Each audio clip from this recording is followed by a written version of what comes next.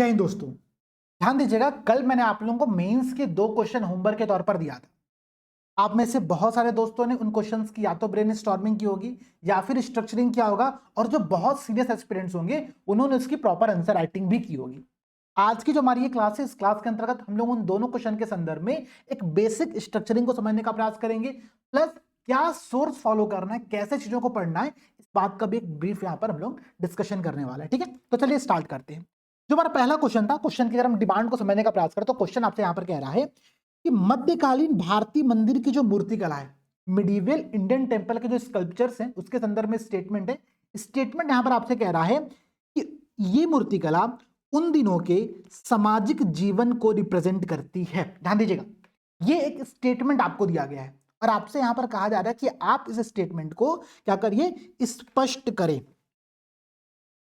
ध्यान से समझना, आर्ट एंड कल्चर ये जो पूरा सेक्शन है, अगर मैं सिलेबस की बात करूं तो चाहे प्रीलिम्स का प्रिपरेशन हो चाहे मेंस का, दोनों में ही सबसे बोरिंग और सबसे टफ वर्क यही सेक्शन लेता है। तो करना क्या है, देखो भाई, इंपॉर्टेंट तो है। इंपॉर्टेंट क्यों है, अगर आप देखोगे तो मैं आपको मेंस का पीवाईक्यू का आपको एक एनालिसिस दिखाऊं तो आर्ट एंड कल्चर के इस पूरे सेक्शन से, ठीक है, जो क्वेश्चंस पूछे जाते हैं 2023 में अगर आप देखोगे तो 2 क्वेश्चन पूछे गए, 2022 में 3 क्वेश्चन, 2021 में 3 क्वेश्चन, 2020 में 1 क्वेश्चन, 2019 में 3 क्वेश्चन, 2018 में 1 क्वेश्चन। तो ऑन एवरेज अगर मैं इसका आपको एवरेज निकाल के बताऊं तो ऑन एवरेज 2 क्वेश्चन तो हर साल पूछे ही जाते हैं। तो पहली बात, हमको इस टॉपिक में एक काम तो करना पड़ेगा कि एटलीस्ट, ध्यान समझिएगा, एटलीस्ट प्रीवियस ईयर क्वेश्चन में जितने भी क्वेश्चन पूछे गए हैं, हम लोग सबसे पहले उन क्वेश्चंस की आंसर राइटिंग कर लेंगे, उन क्वेश्चन के संदर्भ में पूरा एक टॉपिक तैयार कर लेंगे। पहला काम हम लोग को ये करना है। दूसरा काम क्या करना है, दूसरा काम करना है कि या तो कोई डेली आंसर राइटिंग प्रोग्राम के अंतर्गत या फिर किसी मेंस टेस्ट सीरीज के अंतर्गत कहीं से भी आर्ट एंड कल्चर के जो क्वेश्चंस हमको मिलेंगे, जो नए क्वेश्चंस मिलेंगे, हम लोग उसको पढ़ेंगे, उसके टॉपिक को तैयार करेंगे और उसके मॉडल आंसर को देखते चलेंगे। ये काम हम लोग को पैरेलली करना है। आर्ट एंड कल्चर के लिए मैं आपको कोई स्पेसिफिक बुक पढ़ने की रिकमेंडेशन बिल्कुल नहीं करने वाला हूं, क्योंकि बहुत बोरिंग वर्क है, बहुत टफ वर्क है। एटलीस्ट पहली हमारी प्रायोरिटी होगी कि जितने क्वेश्चंस प्रीवियस ईयर में पूछे गए हैं, ठीक है, कितने पूछे गए भाई, 5, 5 3 8, एक 9, 9 3 12 और एक 13 क्वेश्चन यहाँ पर आपको पीवाईक्यू में दिख जाएगा पिछले 6 सालों में। ये 13 क्वेश्चन हम लोग सबसे पहले तैयार करेंगे, ठीक है, बहुत डिटेल में तैयार करेंगे, एक एक एग्जांपल्स यहाँ पर ऐड ऑन करेंगे। कैसे एग्जांपल्स ऐड ऑन करना है अब मैं आप लोगों को समझाता हूँ, ध्यान समझिएगा। पहले तो इस क्वेश्चन जब हम इसका आंसर लिखेंगे तो आंसर की स्ट्रक्चरिंग समझो कैसे करनी है, ठीक है, कैसे उत्तर की आपकी संरचना होगी, ठीक है।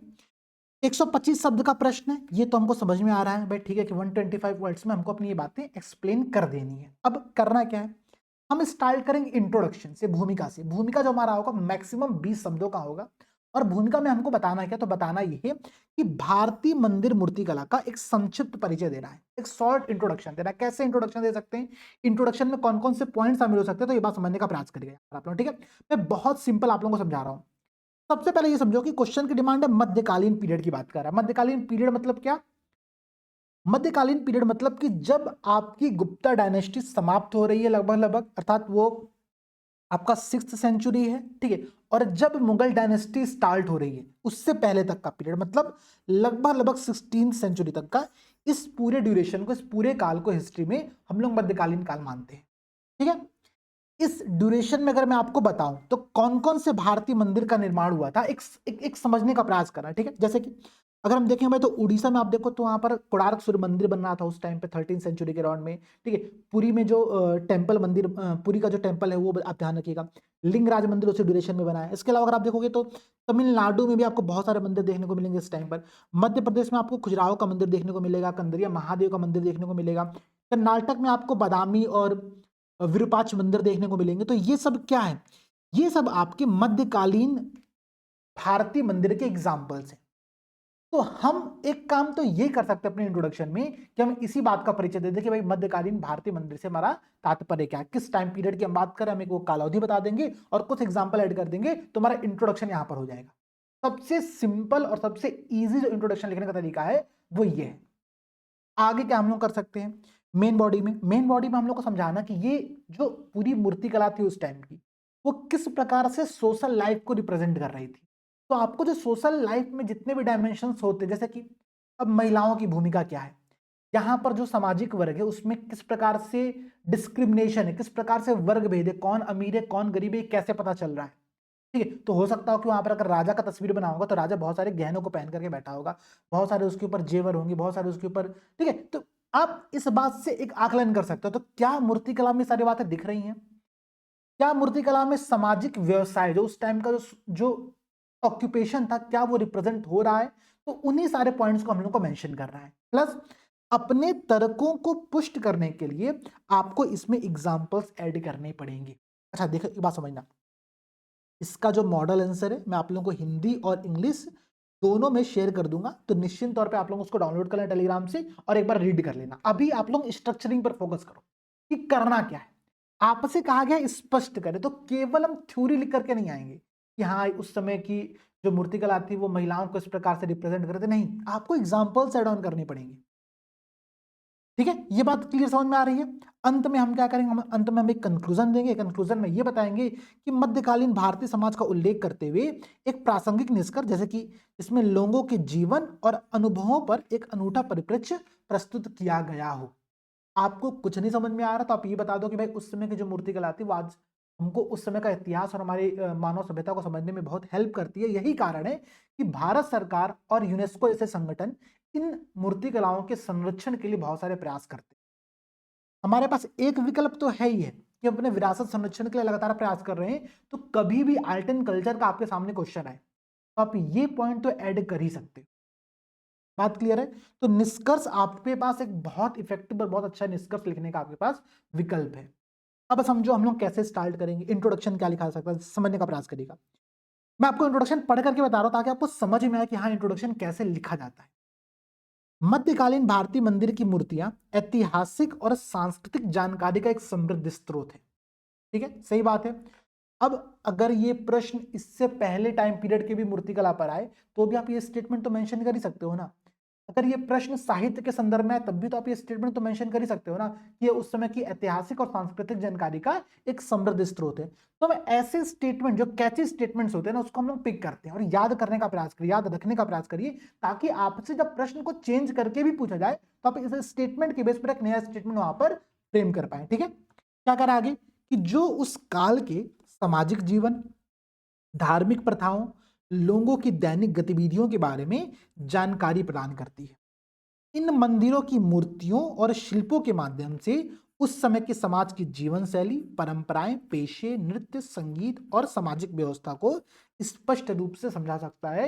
ये एक प्रॉपर इंट्रोडक्शन दिया गया। मैंने आपको इससे पहले एक दूसरा इंट्रोडक्शन बताया था। मैंने क्या बताया था कि आप काल अवधि मेंशन करिए कि किस टाइम पीरियड की यहां पर बात चल रही है, प्लस उस समय किसका किसका साम्राज्य था, कौन से वंश शासन कर रहे थे, और कुछ एग्जाम्पल मंदिरों के आप एड ऑन कर दीजिए, तो भी आपका एक इंट्रोडक्शन बहुत ही अच्छे से हो जाएगा। अच्छा, इसके लिए आपको बहुत कुछ ज्यादा पढ़ने की रिक्वायरमेंट नहीं है। आपने अगर प्रीलिम्स की प्रिपरेशन किया है तो आपको एग्जाम्पल्स पता होंगे, आप वो एग्जाम्पल मेंशन कर सकते हो, वो पॉइंट मेंशन कर सकते हो। अगर आपको नहीं पता है तो प्रयास करो कि हम वो एग्जाम्पल्स आज के आज, मैंने आपसे कहा ना कि देखो आर्ट एंड कल्चर को तैयार करने का बहुत सिंपल तरीका है कि सबसे पहले जो 13 क्वेश्चन आपसे पीआईक्यू में पूछे गए हम पहले वो 13 क्वेश्चन तैयार करेंगे। उसके बाद हम क्या करेंगे, जितने भी टेस्ट सीरीज और डेली आंसर राइटिंग प्रोग्राम में क्वेश्चंस आर्ट एंड कल्चर पर आएंगे हम उसको याद करते चलेंगे। इस तरीके से आपके पास 30-35 क्वेश्चंस का एक प्रॉपर कलेक्शन हो जाएगा जो कि पूरे आर्ट एंड कल्चर को अपने अंदर शामिल कर ले। ठीक है, बात क्लियर है? आगे बढ़ा जाए। अब देखो भाई, अब ये होती है प्रेजेंटेशन का तरीका कि कैसे हम अपने आंसर को और प्रेजेंट अच्छे तरीके से कर सकते हैं। मैं देखो यहाँ पर टेबल फॉर्मेट बना दिया गया। टेबल फॉर्मेट में क्या दिखाया जा रहा है कि भाई ठीक है, मंदिर और कौन सी विशेषताएं वहां पर पाई जा रही थी। जैसे कि खजुराहो मंदिर में क्या था, श्रृंगारिक कला को वहां पर देखने को मिलता है आपको। कोणार्क सूर्य मंदिर में क्या है, तो युद्ध और सामाजिक गतिविधियों का बहुत अच्छे से चित्रण किया गया है। चोल डायनेस्टी उसी टाइम पर आई हुई थी, तो उसने क्या है कि राजाओं और शिल्पकारों का आपको चित्रण देखने को मिलता है। ठीक है, पता है ना आपको, उस टाइम पर चोल डायनेस्टी भी थी। ठीक है, ये सारी डायनेस्टी उस टाइम पर वर्क कर रहे थे, तो इनकी भी आपको विशेषताएं देखने को मिलेगी। होयसलेश्वर मंदिर में आपको क्या है, तो नृत्य, संगीत और राजा दरबार के दृश्य देखने को मिलते हैं। आप चाहो तो एक टेबल फॉर्मेट में इस पॉइंट को रिप्रेजेंट कर सकते हो, या फिर अगर आपके पास समय बच रहा है तो देखो सबसे बड़ा यहाँ पर जो की फैक्टर होता है वो होता है टाइम। आपके पास कितना टाइम बच रहा है। अगर आपके पास टाइम बच रहा है तो मैं आपको एक सजेशन दूंगा, आप भारत का मैप बनाइए। ठीक है, बहुत सिंपल सा भारत का मैप बनाइए। उस मैप में आप पहले तो आप उस मैप को बॉक्स में पैक करिए, और बॉक्स में पैक करने के बाद हम क्या करेंगे, हम उसमें दर्शा देंगे कि कौन कौन से उस समय के मंदिर मूर्तिकला थे। ठीक है, जैसे आपने यहाँ पर 4 मंदिरों का एग्जाम्पल देखा ना, आप उसको मैप में दर्शा करके उसके आगे वो पॉइंट्स मेंशन कर दीजिए। तो इससे क्या होता है ना, प्रेजेंटेशन और अच्छा हो जाता है। बात समझना, मैं आपको प्रेजेंटेशन अच्छा करने पर फोकस इसलिए कर रहा हूं कि कई बार ऐसा होता है कि हमारे पास आंसर में लिखने के लिए कंटेंट बेहद सीमित होता है। तो वैसे क्वेश्चंस में ना ये मैप और ये जो हम फ्लो चार्ट और ये सब चीजें सीखते हैं, ये बहुत हेल्प करती है हमें। ठीक है, अब ऐसे क्वेश्चंस में बहुत कुछ लिखने के लिए है नहीं, लेकिन अगर हम मैप बना देंगे तो आपका नंबर यहाँ पर क्या होगा, बढ़ जाएगा। ठीक है, तो ये मैप बनाने पर आप लोग काम करिए, सब लोग मैप बना करके मेरे साथ शेयर करोगे कि हाँ सर मैप बनाना मैं समझ गया कैसे बनाना। ठीक है, अब देखो भाई, मैं कुछ आप लोगों को हेडिंग समझाता हूँ, हेडिंग और सब हेडिंग का रोल समझिए मेन बॉडी में। हमने एक हेडिंग दिया कि मंदिर मूर्तियां और तत्कालिक सामाजिक जीवन का निरूपण किस प्रकार से हो रहा है, ये समझने का प्रयास कर रहे हैं। ठीक है, 4 पॉइंट मैं यहां पर लिख रहा हूं। पहला पॉइंट क्या है, प्रेम और सामाजिक संबंध कैसे दिखाया जा रहा है, नारी जीवन और सामाजिक भूमिका कैसे दिखाई जा रही है। ठीक है, समाज और वर्ग संरचना कैसे वहां पर मेंशन किया गया मूर्तियों के अंतर्गत। ठीक है, धार्मिक और आध्यात्मिक जीवन को कैसे मेंशन किया गया, ये 4 आप पॉइंट देख रहे हो। ठीक है, हेडिंग के अंतर्गत ये 4 सब हेडिंग है। अब इसमें आगे हम एक्सप्लेनेशन क्या दे रहे हैं कि मंदिर में अप्सराएं और नृत्य मुद्राएं उस समय आध्यात्मिकता, मानवता और ईश्वर के बीच के बंधन का प्रतीक। जैसे कि एग्जाम्पल, भरतनाट्यम और कथक के बहुत सारे उस समय पारंपरिक शैलियों की मूर्ति देखने को मिलती है। इसी के अलावा आप देखोगे तो नटराज मूर्ति भी उसी टाइम देखने को मिलती है। तो ये भी उस बात को रिप्रेजेंट कर रहा है, प्रेम और सामाजिक संबंध को। ठीक है, कि ईश्वर, मानवता और आध्यात्मिकता के बीच में एक जटिल संबंध उस टाइम पर था उस समाज में। और क्या है, तो अजंता और एलोरा की मूर्तियों में आपको वीणा, एक बात और समझिएगा, बहुत सारे आपको ऐसे एग्जांपल्स पढ़ने को मिलेंगे, आप कहोगे सर ये चीज तो ड्यूरेशन में बनी ही नहीं थी, ये तो उससे पहले ही बन चुकी थी। क्या होता है ना कि अगर कोई गुफा है, कोई मंदिर, तो उसमें लगातार चीजें चेंज की जाती रहती हैं। ठीक है, तो कुछ एग्जांपल्स आपको ऐसे मिलते हैं जो कि आगे टाइम पीरियड के भी होते हैं, तो आप उन एग्जांपल्स को भी मेंशन कर सकते हो। ठीक है, कि वीणा, मृदंग, बांसुरी आदि वाद्य यंत्रों का भी चित्रण देखने को मिलता है, जो कि संगीत प्रेम को प्रदर्शित करता है। ठीक है, खजुराहो के मंदिर में मानव प्रेम, ठीक है, रति और समाज में प्रेम और सौंदर्य की अवधारणा पर जोर दिया गया है। ठीक है, इसी टाइम पर आपको जाति, वर्ण, वर्ग भेदों की वास्तविकता को भी मूर्तियों में देखने को मिल जाती है। और क्या, तो नारी जीवन के संदर्भ में कैसी मूर्तियां देखने को मिलती है, गृहस्थ जीवन और मातृत्व को दिखाती मूर्तियां हैं, उड़ीसा और खजुराहो के मंदिरों में आपको देखने को मिलेगी। सौंदर्य और नारी शक्ति की भी मूर्तियां हैं खजुराहो और कोणार्क मंदिर में। ठीक है, इसके अलावा महिलाओं को नर्तकियों और संगीतकारों के रूप में भी दिखाया गया है, जिससे ये बात पता चलती है कि जो महिलाओं की भूमिका थी उस टाइम पर, उनमें सांस्कृतिक गतिविधियों में, कल्चरल एक्टिविटीज में बहुत ज्यादा थी। आप ये पॉइंट समझ रहे हो। आप आगे देखोगे तो राजा और सेनापतियों की भी छवि देखने को मिलती है। कहां पर देखने को मिलती है, एग्जाम्पल्स यहां पर आप पढ़ सकते हो। ठीक है, आप देखोगे तो उस टाइम पर युद्धों का जिक्र देखने को मिलता है, घोड़ों और योद्धाओं के चित्र देखने को मिलते हैं, जो इस बात को रिप्रेजेंट करते हैं कि उस समाज में युद्ध और वीरता में बहुत गहरी आस्था थी लोगों की। ठीक है, इसके अलावा सामाजिक पदानुक्रम को भी आप यहां पर देख सकते हो कि भाई राजा है तो जटिल आभूषण पहने हुए है, और आम लोग हैं तो सरल पोशाक में यहां पर आपको दिख जाएंगे। ठीक है, तो ये मध्यकालीन युग में जो सामाजिक पदानुक्रम था, जो हायरार्की थी, उसको यहाँ पर रिप्रेजेंट करता है। इसके अलावा बहुत सारे व्यवसायों का भी चित्रण है। उड़ीसा के कोणार्क सूर्य मंदिर में आप देखो तो कुम्हार, लोहार, बुनकर जैसे व्यवसायों के दृश्य दिखाए गए हैं, जो उस टाइम कौन कौन से ऑक्यूपेशन चल रहे थे, कौन कौन से व्यवसाय चल रहे थे, उनके महत्व को दर्शाते हैं।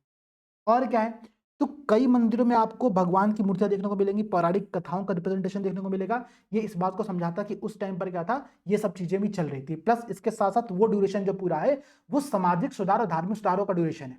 यानी कि सोशल और रिलीजियस रिफॉर्म उस ड्यूरेशन में हुए हैं। जैसे कि आप देखो तो सूफी आंदोलनों के भी बहुत सारे आपको यहाँ पर जानकारियां प्राप्त होती हैं।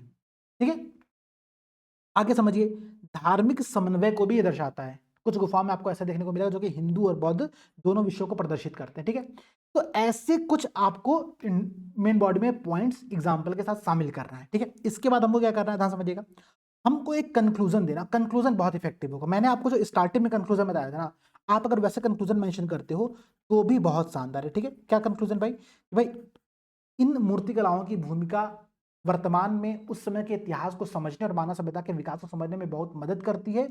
इसी कारणवश, ठीक है, जो हमारी सरकार है और यूनेस्को जैसे जो अंतर्राष्ट्रीय संगठन है, वो क्या कर रहे हैं, प्रेजेंट टाइम में इन मूर्तिकलाओं का संरक्षण पर फोकस कर रहे हैं। ठीक है, आप एक पॉइंट यहां पर और ऐड कर सकते हो कि इन मूर्तिकलाओं के संदर्भ में हमारी आने वाली पीढ़ी को हमेशा समझाने के लिए सरकार को कुछ नए एफर्ट भी यहाँ पर लगातार करते रहने चाहिए। ठीक है, एक पॉइंट हो गया बहुत अच्छा सा। अब आगे देखो, एक कंक्लूजन और तरीका समझो क्या लिख सकते हैं हम लोग।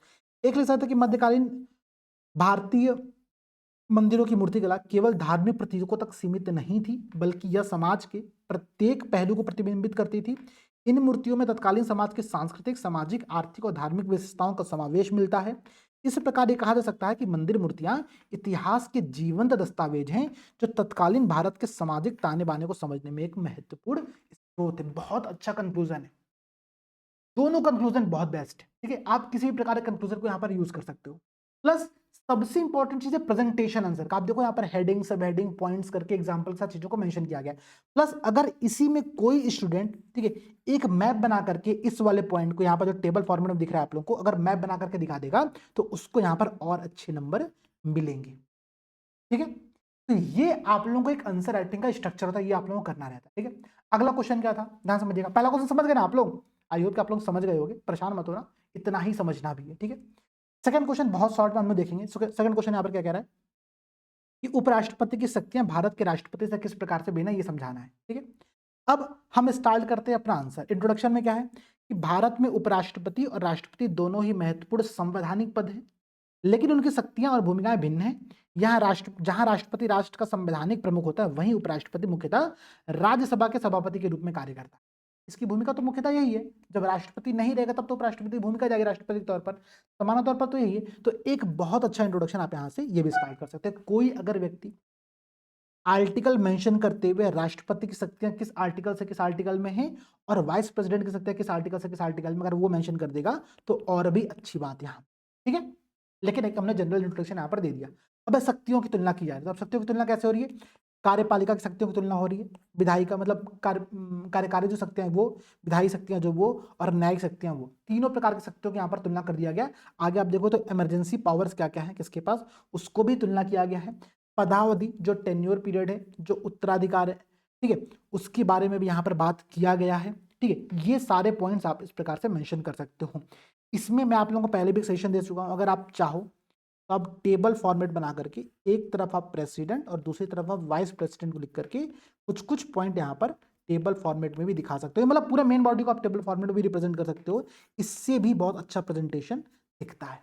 ठीक है, कल मैंने आप लोगों को ये पॉइंट समझाया था, तो ये मॉडल आंसर मैं आप लोगों को शेयर कर दूंगा टेलीग्राम चैनल पर। ठीक है, हमारा जो टेलीग्राम चैनल आप ज्वाइन कर लेना। ठीक है, यहीं पर आपको क्या होगा, ये मिल जाएगा। ठीक है, टेलीग्राम पर आप जाकर के आप केवल अगर ये लिख करके भी सर्च करोगे ना, @PCSABHYAAS, अगर आप ये लिख करके सर्च करोगे तो भी आपको हमारा टेलीग्राम चैनल मिल जाएगा।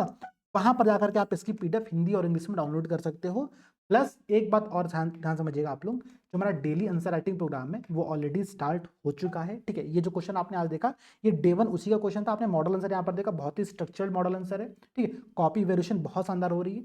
तो अगर आपको प्रयास बैच से जुड़ना है, अब देखिए इसके बाद का जो सीरीज होगा हम लोग यहाँ पर प्रयास बैच से क्वेश्चन डिस्कस नहीं करेंगे।